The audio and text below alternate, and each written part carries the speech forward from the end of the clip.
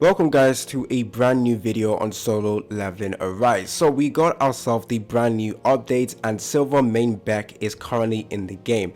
And one thing I would like to tell you guys is that at the end of his banner, we are going to get a new unit, and his banner duration has actually changed compared to Troy Jun In. So instead of 28 days like Troy, it's now only 20 days, and this correlates to when the official global release will come out. So the character we're going to be getting is probably going to be Charhain, and I believe the server is going to go on maintenance, and when global launch happens, we're going to have a huge maintenance, huge update as well. So stay tuned for that. On the 8th of May, we're going to have a huge ass update. I think, is it the 8th? 20 days from now. Yeah, that's the 8th, right? It is the 8th. Okay, so one thing I want to talk about with today's update is silver main Beak, because I think he might be an average character. His damage might be good, but there is so many issues with this character. We need to talk about it. And I'm also going to talk about certain buffs as well in the game. Now, to be honest, they mentioned buffs for a couple of hunters, but I can't lie, I don't know what the buffs were, because I checked the websites. They say there have been buffs with certain skills, but it doesn't tell us what buffs happened. And from what I can remember, his skills are exactly the same. So yeah, are they talking about this part?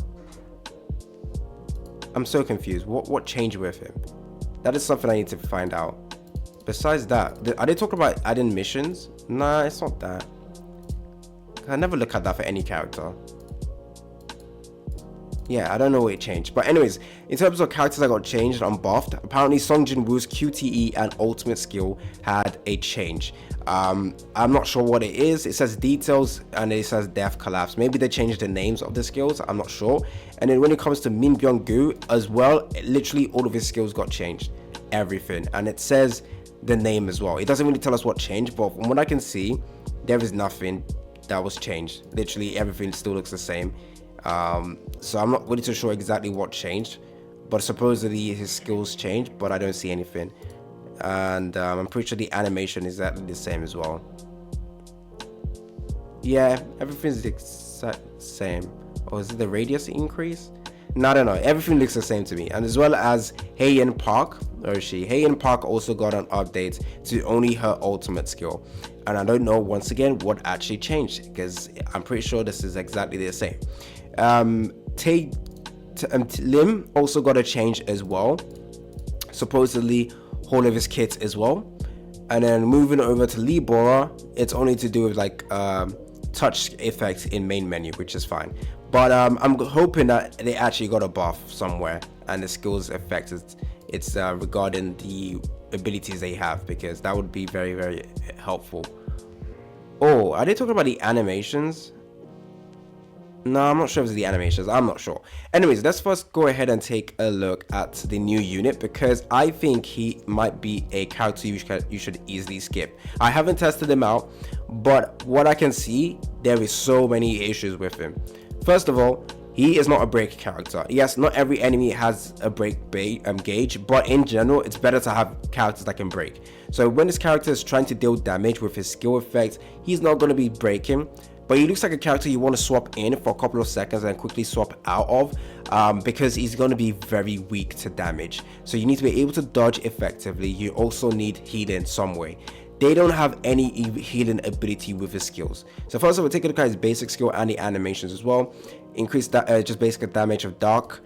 And then this one percentage is based off his attack as well. Now his damage is going to be good in general, but he's going to be susceptible to a huge amount of damage. So there we go. This one over here, actually the damage from his basic skill is good, but if you take a look at this second basic skill, basically applies the super armor effect, increases users basic attack damage and attack speed by 30%, increases damage taken by 15%, and deals continuous damage equal to 4% of current HP every 3 seconds. Now this is to himself, so he's losing HP, but he has literally no way to regain HP. So he just seems like a really like, why would I need to use this? And obviously you want to increase your attack speed, increase damage done, but in general it's questionable that there is no healing on him.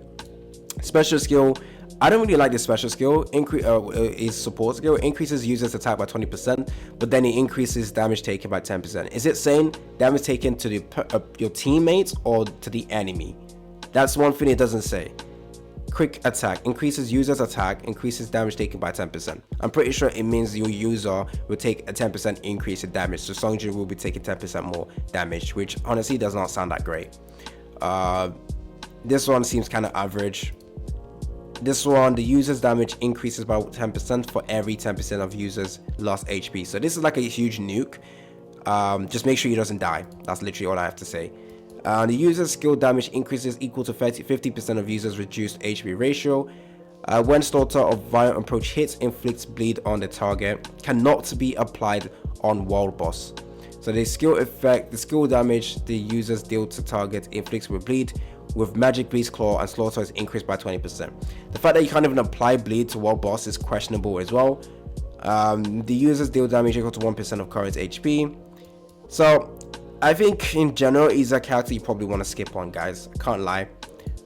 In general, it's a bit iffy with him, and he looks like a hardcore player type character where you're gonna need to dodge effectively and whatnot. So yeah, if you take a look at my draws as well, I actually did summon to try and get Troy Jin-in's dupe, but unfortunately the dupe wasn't, I didn't get the dupe. I got an off-banner character. We have ourselves this new weapon as well in here, and I want to get this weapon, so I'm gonna have to sorry about that, that's my alarm. I'm gonna have to summon on here, which is good enough because I haven't bought anything from that side, or I haven't summoned in a while. Actually no, I did summon like 2 days ago. 30 summons, kind of sucks. Anyways, we have new packs as well, and supposedly they said they added new packs to missions, but I can't see any new packs. Bonus has changed in terms of the last reward, so it's now the Huntsman instead of Libora. I'm a little bit upset with that, but it's fine. I already have this 2 stars, so when I get this, I'm gonna get it to 3 stars, and I believe they reset as well with the exact same weapon, maybe. So yeah, it is always a good idea to get this, guys. Okay, I'm gonna have to buy some packs to summon on for the new weapon. We will take a look at the weapon as well. Besides that, there was a new addition to the special. So level reach, they've added level 55 all the way to the level 65 as well. And there's an additional reward. Where is it? I have already claimed it, so you can't really see it, unfortunately. But it gives you a lot of really good resources, like really good resources. And then you got paid stuff over here. Free-to-players also have a new pack to buy if they want to. They desperately need gold, but I'm not going to be doing that. Yeah, okay, that's it. Besides that, not really any stuff to pack, sorry, which is unfortunate. If I buy this 15, I'd rather just buy this for 15 days. No, not that, sorry, I already bought it. I'd rather buy this for 15 days. It's cheaper by like a couple bucks. Gold, I don't really need this gold. I'll get gold somewhere else. Okay, so let's take a look at the new weapon as well. So oh, we have a new event, by the way. This is how you get his weapon, which is the user's basic attack damage by 8%, increases user's basic attack by 8%. When a user's basic attack hits, takes damage equal. So you're further reducing his HP, but literally no way to gain HP. Literally, that makes no sense. Okay. Hunter preview, we will test him out later on, but honestly, I don't think he's going to be a great character. We have new missions here. As you can see, it's back, which I hate it. It's terrible for free-to-play players. Okay, going to the weapon, go over to Codex right now. Where is the weapon? Weapons are right here. There we go. So, take a look at the animations first of all. This is what it does. It summons a literal moon on the ground. There we go. Okay, so when is used, it applies full moon effect to the target on the moon. When the last attack of this hits, it slows down time for 3 seconds. So it's like a DOT, it's a CC ability, and applies 1 instance of lunar eclipse to the target per instance of full moon. So you can only add 1 stack. So I believe if you can stack this 3 times, you will get 1 instance to the target of 3 seconds. It applies 1 instance of lunar eclipse, which is there, on a target per instance. So per instance does not mean the more full moon you have, the more eclipse you will also stack to the opponent. So the first dupe over here increases the stacking to 3. So doesn't that mean you also increase the lunar eclipse times 3, since you can stack it 3 times?